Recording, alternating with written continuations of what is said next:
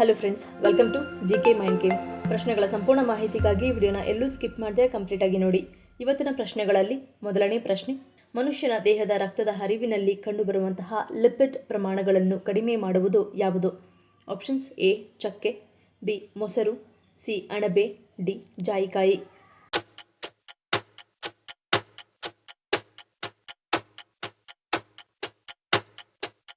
ಸರಿಯಾದ ಉತ್ತರ option B ಮೊಸರು. ಊಟದ ಜೊತೆಗೆ ನಿಯಮಿತವಾಗಿ ಮೊಸರನ್ನು ಸೇವನೆ ಮಾಡುವುದರಿಂದ ದೇಹದಲ್ಲಿ ಕೆಟ್ಟ ಕೊಲೆಸ್ಟ್ರಾಲ್ ಅಂಶವ ನಿಯಂತ್ರಣ ಮಾಡಿಕೊಳ್ಳಲು ನೆರವಾಗುತ್ತದೆ.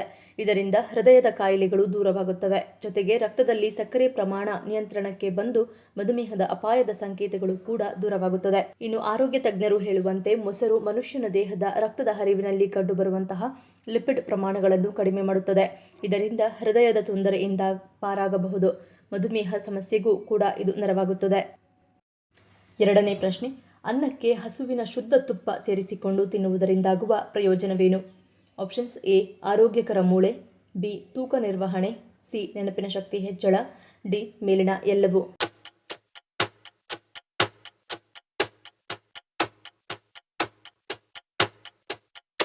ಸರಿಯಾದ ಉತ್ತರ ಆಪ್ಷನ್ ಡಿ ಮೇಲಿನ ಎಲ್ಲವೂ. ತುಪ್ಪವು ಕೊಬ್ಬಿನಲ್ಲಿ ಕರಗುವ ಅಗತ್ಯವಾದ ಜೀವಸತ್ವಗಳನ್ನು ಒದಗಿಸುತ್ತದೆ. ಅವುಗಳಲ್ಲಿ ವಿಟಮಿನ್ K2 ಇದು ಮೂಳೆ ಚಯಾಪಚಯ ಮತ್ತು ಮೂಳೆಗಳಿಗೆ ಕ್ಯಾಲ್ಸಿಯಂ ಅನ್ನು ಹೀರಿಕೊಳ್ಳಲು ಮುಖ್ಯವಾಗಿದೆ. ತುಪ್ಪದಲ್ಲಿ ಕೊಬ್ಬು ಕರಗಬಲ್ಲ ವಿಟಮಿನ್ಗಳು ಸಮೃದ್ಧವಾಗಿರುವುದರಿಂದ ಪ್ರತಿರಕ್ಷಣಾ ವ್ಯವಸ್ಥೆಯನ್ನು ಬಲಪಡಿಸುತ್ತದೆ. ತುಪ್ಪದಲ್ಲಿರುವ ಬೈಲರಿಕ್ ಆಮ್ಲವು ಹಾರ್ಮೋನ್ಗಳನ್ನು ಸಮತೋಲನಗೊಳಿಸುವ ಮೂಲಕ ಮತ್ತು ಉರಿಯೂತವನ್ನು ಕಡಿಮೆ ಮಾಡುವ ಮೂಲಕ ಹಾರ್ಮೋನ್ಗಳ ಆರೋಗ್ಯಕ್ಕೆ ಪ್ರಯೋಜನವನ್ನು ನೀಡುತ್ತದೆ. ತುಪ್ಪದಲ್ಲಿರುವ ಆರೋಗ್ಯಕರ ಕೊಬ್ಬುಗಳು ನಿಮ್ಮನ್ನು ಹೆಚ್ಚು ಕಾಲ ಪೂರ್ಣವಾಗಿಡಲು ಸಹಾಯ ಮಾಡುತ್ತದೆ. ಹೊಟ್ಟೆಯ ಆಮ್ಲಗಳ ಉತ್ಪಾದನೆಯನ್ನು ಹೆಚ್ಚಿಸುವ ಮೂಲಕ ಜೀರ್ಣಕ್ರಿಯೆಯಲ್ಲಿ ಪ್ರಯೋಜನಕಾರಿಯಾಗಿದೆ. ತುಪ್ಪದಲ್ಲಿರುವ ಪೋಷಕಾಂಶಗಳ ಪರಿಣಾಮಗಳಿಂದಾಗಿ ಅರಿವಿನ ಕಾರ್ಯಕ್ಷಮತೆಯನ್ನು ಹೆಚ್ಚಿಸುತ್ತದೆ. ತುಪ್ಪದ ಆಹಾರಗಳು ಕೆಟ್ಟ ಕೊಲೆಸ್ಟ್ರಾಲ್ ಮಟ್ಟವನ್ನು ಕಡಿಮೆ ಮಾಡುವ ಮೂಲಕ ಮತ್ತು ಆಕ್ಸಿಡೇಟಿವ್ ಒತ್ತಡವನ್ನು ಕಡಿಮೆ ಮಾಡುವ ಮೂಲಕ ಹೃದ್ರೋಗದ ಅಪಾಯಕಾರಿ ಅಂಶಗಳನ್ನು ಕಡಿಮೆ ಮಾಡುತ್ತದೆ. ಮೂರನೇ ಪ್ರಶ್ನೆ, ಪ್ರಯಾಣಿಕರಿಗೆ ಉಚಿತವಾಗಿ ಊಟ ನೀಡುವ ಭಾರತದ ಏಕೈಕ ರೈಲು ಯಾವುದು? Options: A Nanded express, B Shatabdi express, C Vande Bharat, D ರಾಜಧಾನಿ ಎಕ್ಸ್ಪ್ರೆಸ್.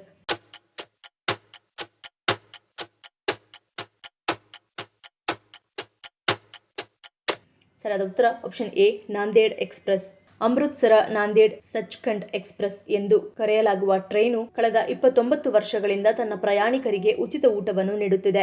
ಒಂದು ವೇಳೆ ನೀವು ಈ ಟ್ರೈನಿನಲ್ಲಿ ಪ್ರಯಾಣ ಮಾಡುವುದಾದರೆ ನೀವು ಮನೆಯಿಂದ ಊಟವನ್ನು ಕಟ್ಟಿಕೊಂಡು ಹೋಗುವ ಅವಶ್ಯಕತೆಯೇ ಬೀಳುವುದಿಲ್ಲ. ಈ ರೈಲು ಸುಮಾರು 2081 ಕಿಲೋಮೀಟರ್ ಪ್ರಯಾಣವನ್ನು ಕೈಗೊಳ್ಳುತ್ತದೆ. ಅದರಲ್ಲಿ ಒಟ್ಟು 39 ಸ್ಟೇಷನ್ಗಳು ಬರುತ್ತವೆ. ಈ 39 ನಿಲ್ದಾಣಗಳ ಪೈಕಿ 6 ನಿಲ್ದಾಣಗಳಲ್ಲಿ ಲಂಗರ್ ಹಾಕಲಾಗಿರುತ್ತದೆ. ಈ ಎಕ್ಸ್ಪ್ರೆಸ್ ರೈಲು ಈ ನಿಲ್ದಾಣಗಳಲ್ಲಿ ಕೆಲವು ಗಂಟೆಗಳ ಕಾಲ ನಿಲ್ಲುತ್ತದೆ. ಹೀಗಾಗಿ ಜನರು ಲಂಗರ್ಗಳಿಗೆ ಹೋಗಿ ಆರಾಮವಾಗಿ ಊಟವನ್ನು ಮಾಡಿಕೊಂಡು ಬರಬಹುದು. ನಾಲ್ಕನೇ ಪ್ರಶ್ನೆ, ಕೆಂಪು ಅಕ್ಕಿ ತಿನ್ನುವುದು ಯಾವ ಕಾಯಿಲೆಗೆ ಉತ್ತಮ ಆಹಾರವಾಗಿದೆ? ಆಪ್ಷನ್ಸ್: ಎ ಮಧುಮೇಹ, ಬಿ ಹೃದಯ, ಸಿ ಕಿಡ್ನಿ, ಡಿ ಲಿವರ್.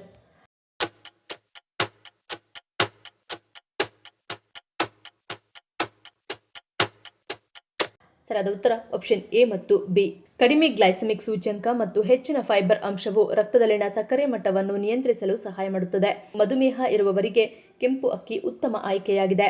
ಚರ್ಮದ ಕೋಶಗಳ ಬೆಳವಣಿಗೆಯನ್ನು ಉತ್ತೇಜಿಸುವ, ವಯಸ್ಸಾಗುವುದನ್ನು ತಡೆಯುವ, ಜೀನ್ಗಳ ಅಭಿವ್ಯಕ್ತಿಯನ್ನು ಹೆಚ್ಚಿಸುವ ಮತ್ತು ಹಾನಿಕಾರಕ ಸ್ವತಂತ್ರ ರಾಡಿಕಲ್ಗಳ ಉತ್ಪಾದನೆಯನ್ನು ಕಡಿಮೆ ಮಾಡುವ ಜೈವಿಕ ಸಕ್ರಿಯ ಸಂಯುಕ್ತಗಳನ್ನು ಹೊಂದಿರುತ್ತದೆ.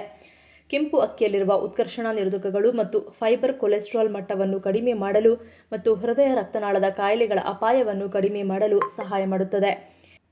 ಐದನೇ ಪ್ರಶ್ನೆ, ರಾಜಸ್ಥಾನದಲ್ಲಿ ಹುಟ್ಟಿ ಗುಜರಾತ್ನಲ್ಲಿ ಕಣ್ಮರೆಯಾಗುವ ನದಿ ಯಾವುದು? Options: A Banas, B Chambal, C Mahi, D Luni.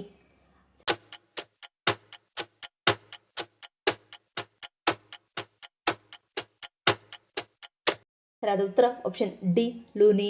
Luni ನದಿಯು ವಾಯುವ್ಯ ಭಾರತದಲ್ಲಿ ನೆಲೆಗೊಂಡಿರುವ ಥಾರ್ ಮರುಭೂಮಿಯಲ್ಲಿ ಅತಿದೊಡ್ಡ ನದಿಯಾಗಿದೆ. ಇದು ರಾಜಸ್ಥಾನದಲ್ಲಿ ಪ್ರಾರಂಭವಾಗಿ ಗುಜರಾತ್ನಲ್ಲಿ ಕಣ್ಮರೆಯಾಗುತ್ತದೆ. ಈ ನದಿಯು ಅಜ್ಮರ್ ಬಳಿಯ ಅರಾವಳಿ ಶ್ರೇಣಿಯಲ್ಲಿರುವ ಪುಷ್ಕರ್ ಕಣಿವೆಯಿಂದ ಹುಟ್ಟುತ್ತದೆ. ಇದು ರಾಜಸ್ಥಾನದ ಮರುಭೂಮಿ ಪ್ರದೇಶದ ಮೂಲಕ ಹರಿಯುತ್ತದೆ ಮತ್ತು ಅಂತಿಮವಾಗಿ ಗುಜರಾತ್ನ ರಾನ್ ಆಫ್ ಕಚ್ನಲ್ಲಿ ಕೊನೆಗೊಳ್ಳುತ್ತದೆ. ಲೂನಿ ನದಿಯು ಒಣ ಪ್ರದೇಶಗಳಿಗೆ ನೀರಿನ ಪ್ರಮುಖ ಮೂಲವಾಗಿದ್ದು ಅದು ಹಾದು ಹೋಗುವ ಅದರ ನೀರು ಕೆಲವು ಭಾಗಗಳಲ್ಲಿ ಉಪ್ಪಾಗುತ್ತದೆ. ಆರನೇ ಪ್ರಶ್ನೆ, ಹಿಮೋಗ್ಲೋಬಿನ್ ಕಡಿಮೆಯಾದರೆ ಕಾಣಿಸಿಕೊಳ್ಳುವ ಲಕ್ಷಣಗಳಾವುವು? ಆಪ್ಷನ್ಸ್: ಎ ಕಡಿಮೆ ಹೃದಯ ಬಡಿತ, ಬಿ ಸ್ನಾಯು ದುರ್ಬಲ, ಸಿ ಕ್ಯಾನ್ಸರ್, ಡಿ ಥೈರಾಯ್ಡ್.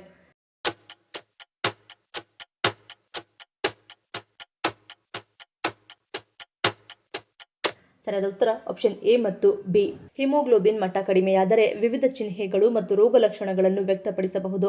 ಇದು ಆಮ್ಲಜನಕವನ್ನು ಸಾಗಿಸಲು ದೇಹದ ಕಡಿಮೆ ಸಾಮರ್ಥ್ಯವನ್ನು ಪ್ರತಿಬಿಂಬಿಸುತ್ತದೆ. ಕಡಿಮೆ ಹಿಮೋಗ್ಲೋಬಿನ್ ಮಟ್ಟವನ್ನು ಸರಿದೂಗಿಸಲು ದೇಹದಾದ್ಯಂತ ಆಮ್ಲಜನಕ ಸಮೃದ್ಧ ರಕ್ತವನ್ನು ಪಂಪ್ ಮಾಡಲು ಕಷ್ಟಪಟ್ಟು ಕೆಲಸ ಮಾಡುವುದರಿಂದ ಹೃದಯವು ವೇಗವಾಗಿ ಅಥವಾ ಅನಿಯಮಿತವಾಗಿ ಬಡಿಯಬಹುದು.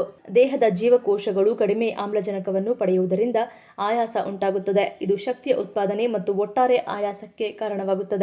ಕಡಿಮೆ ಆಮ್ಲಜನಕದ ಸಾಗಣೆಯೊಂದಿಗೆ ದೇಹವು ತನ್ನ ಆಮ್ಲಜನಕದ ಅಗತ್ಯಗಳನ್ನು ಪೂರೈಸಲು ಹೆಣಗಾಡುತ್ತದೆ. ವಿಶೇಷವಾಗಿ ದೈಹಿಕ ಚಟುವಟಿಕೆಯ ಸಮಯದಲ್ಲಿ ಉಸಿರಾಟದ ತೊಂದರೆ ಉಂಟಾಗುತ್ತದೆ. ಇನ್ನು ಸ್ನಾಯು ಅಂಗಾಂಶಗಳಿಗೆ ಆಮ್ಲಜನಕದ ಪೂರೈಕೆ ಕಡಿಮೆಯಾಗುವುದರಿಂದ ಸ್ನಾಯು ದೌರ್ಬಲ್ಯ ಅಥವಾ ದೈಹಿಕ ಸಹಿಷ್ಣುತೆ ಕಡಿಮೆಯಾಗಬಹುದು. ಅವುಗಳ ಕಾರ್ಯಕ್ಷಮತೆ ಮತ್ತು ಚೇತರಿಕೆಯ ಮೇಲೆ ಪರಿಣಾಮ ಬೀರಬಹುದು. ಇನ್ನು ದೀರ್ಘಕಾಲದ ಕಡಿಮೆ ಹಿಮೋಗ್ಲೋಬಿನ್ ಯಕೃತ್ತು ಮತ್ತು ಮೂತ್ರಪಿಂಡಗಳನ್ನು ಆಯಾಸಗೊಳಿಸಬಹುದು. ಈ ಅಂಗಗಳಲ್ಲಿ ಕಾಯಿಲೆಗೆ ಕಾರಣವಾಗಬಹುದು. 7ನೇ ಪ್ರಶ್ನೆ, ಫ್ಯಾಟಿ ಲಿವರ್ ಕಾಯಿಲೆ ಬೇಗನೆ ಕಡಿಮೆಯಾಗಲು ಯಾವುದು ಸಹಾಯ ಮಾಡುತ್ತದೆ? ಆಪ್ಷನ್ಸ್ ಎ ಕ್ಯಾರೆಟ್, ಬಿ ನಿಂಬೆಹಣ್ಣು, ಸಿ ಹಾಗಲಕಾಯಿ, ಡಿ ಬಾಳೆದಿಂಡು.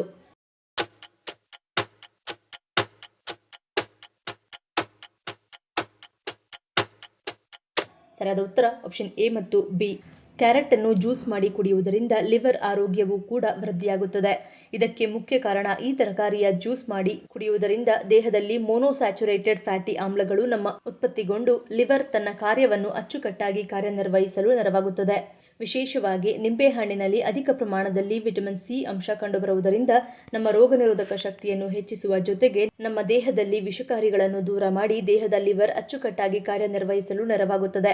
ಬೆಳಗ್ಗಿನ ಸಮಯದಲ್ಲಿ ಸಕ್ಕರೆ ಬೆರೆಸದೆ ಲಿಂಬೆಹಣ್ಣಿನ ಪಾನೀಯ ಕುಡಿಯುವ ಅಭ್ಯಾಸ ಮಾಡಿಕೊಂಡರೆ ಇನ್ನೂ ಒಳ್ಳೆಯದು.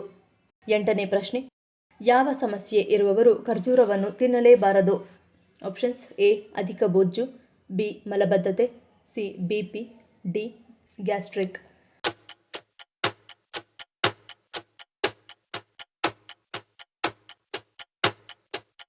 ಸರಿಯಾದ ಉತ್ತರ ಆಪ್ಷನ್ ಬಿ ಮಲಬದ್ಧತೆ. ಖರ್ಜೂರವನ್ನು ಹೆಚ್ಚಿನ ಪ್ರಮಾಣದಲ್ಲಿ ಸೇವಿಸುವುದರಿಂದ ನಿಮ್ಮ ದೇಹದ ತೂಕ ಹೆಚ್ಚಾಗಬಹುದು. ಆದ್ದರಿಂದ ನೀವು ಬೊಜ್ಜು ಹೋಗಲಾಡಿಸಲು ಬಯಸಿದರೆ ಖರ್ಜೂರ ತಿನ್ನುವುದನ್ನು ತಪ್ಪಿಸುವುದು ಉತ್ತಮ. ಅತಿಸಾರದಿಂದ ಬಳಲುತ್ತಿರುವ ರೋಗಿಗಳು ಈ ಒಣಹಣ್ಣನ್ನು ತಿನ್ನುವುದು ತಪ್ಪಿಸಬೇಕು. ಖರ್ಜೂರದಲ್ಲಿರುವ ಕೆಲವು ಪದಾರ್ಥಗಳು ಅತಿಸಾರವನ್ನು ಉಲ್ಬಣಗೊಳಿಸಬಹುದು. ಹೆಚ್ಚುವರಿಯಾಗಿ ಹೆಚ್ಚಿನ ಪ್ರಮಾಣದಲ್ಲಿ ಖರ್ಜೂರ ತಿನ್ನುವುದರಿಂದ ಮಲಬದ್ಧತೆಯ ಸಮಸ್ಯೆಯು ಹೆಚ್ಚಾಗುತ್ತದೆ. ಇನ್ನು ಗರ್ಭಿಣಿಯರು ಹೆಚ್ಚು ಖರ್ಜೂರ ತಿನ್ನಬಾರದು. ಹೆಚ್ಚುವರಿಯಾಗಿ ನಿಮಗೆ ಖರ್ಜೂರದಿಂದ ಅಲರ್ಜಿ ಇದ್ದರೆ ಈ ಒಣಹಣ್ಣನ್ನು ನಿಮ್ಮ ಆಹಾರ ಯೋಜನೆಯಲ್ಲಿ ಸೇರಿಸಿಕೊಳ್ಳಬಾರದು. 9ನೇ ಪ್ರಶ್ನೆ, ನಾವು ಬೆವರುವುದರಿಂದ ನಮ್ಮ ದೇಹಕ್ಕಾಗುವ ಪ್ರಯೋಜನವೇನು? ಆಪ್ಷನ್ಸ್ ಎ ತೂಕ ಇಳಿಕೆ, ಬಿ ರಕ್ತ ಪರಿಚಲನೆ, ಸಿ ಆರೋಗ್ಯಕರ ಹೃದಯ, ಡಿ ಮೇಲಿನ ಎಲ್ಲವೂ.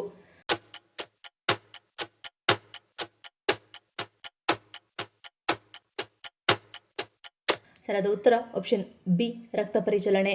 ಸಾಮಾನ್ಯವಾಗಿ ಎಲ್ಲರಿಗೂ ಒಂದಲ್ಲ ಒಂದು ವೇಳೆ ಬೆವರು ಬಂದೇ ಬರುತ್ತದೆ. ಬೆವರುವುದು ದೇಹದಿಂದ ಬ್ಯಾಕ್ಟೀರಿಯಾವನ್ನು ತೆಗೆದುಹಾಕುತ್ತದೆ. ಇದರಿಂದ ಚರ್ಮ ಕಾಂತಿಯುತವಾಗುತ್ತದೆ. ಇದು ರಂಧ್ರಗಳಲ್ಲಿ ಸಂಗ್ರಹವಾಗಿರುವ ಧೂಳು ಮತ್ತು ಕೊಳೆಯನ್ನು ಸಹ ತೆಗೆದುಹಾಕುತ್ತದೆ. ಇದಲ್ಲದೆ ಬೆವರಿನಿಂದ ಮುಖದ ಮೇಲೆ ರೂಪುಗೊಂಡ ಮೊಡವೆಗಳು ಮತ್ತು ಕಲೆಗಳು ಸಹ ತೆಗೆದುಹಾಕಲ್ಪಡುತ್ತವೆ ಮತ್ತು ಚರ್ಮವು ಹೊಳೆಯುತ್ತದೆ. ಮತ್ತೊಂದೆಡೆ ಬೆವರುವುದು ಮೂಳೆಗಳಿಗೆ ಕ್ಯಾಲ್ಸಿಯಂ ಅನ್ನು ಒದಗಿಸುತ್ತದೆ. ಇದು ಮೂತ್ರಪಿಂಡದ ಕಲ್ಲುಗಳನ್ನು ಸಹ ತೆಗೆದುಹಾಕುತ್ತದೆ ಮತ್ತು ಚರ್ಮದ ಮೇಲೆ ರೂಪುಗೊಂಡ ಬೆವರಿನ ಕಾರಣ ರಕ್ತ ಪರಿಚಲನೆ ಉತ್ತಮವಾಗಿರುತ್ತದೆ. ಬೆವರು ದೇಹದಿಂದ ಉಪ್ಪನ್ನು ತೆಗೆದುಹಾಕುತ್ತದೆ, ಕೊಳಕು ಧೂಳು ಮತ್ತು ಕೊಳೆಯನ್ನು ತಡೆಯುತ್ತದೆ. ಬೆವರು ನೈಸರ್ಗಿಕ ಮಾಯಿಶ್ಚರೈಸರ್ ಆಗಿ ಕಾರ್ಯನಿರ್ವಹಿಸುತ್ತದೆ. 10ನೇ ಪ್ರಶ್ನೆ, ಕಲೇಸರ್ ರಾಷ್ಟ್ರೀಯ ಉದ್ಯಾನವನವು ಯಾವ ರಾಜ್ಯದಲ್ಲಿದೆ? Options A Bihar, B Assam, C Haryana, D Gujarat.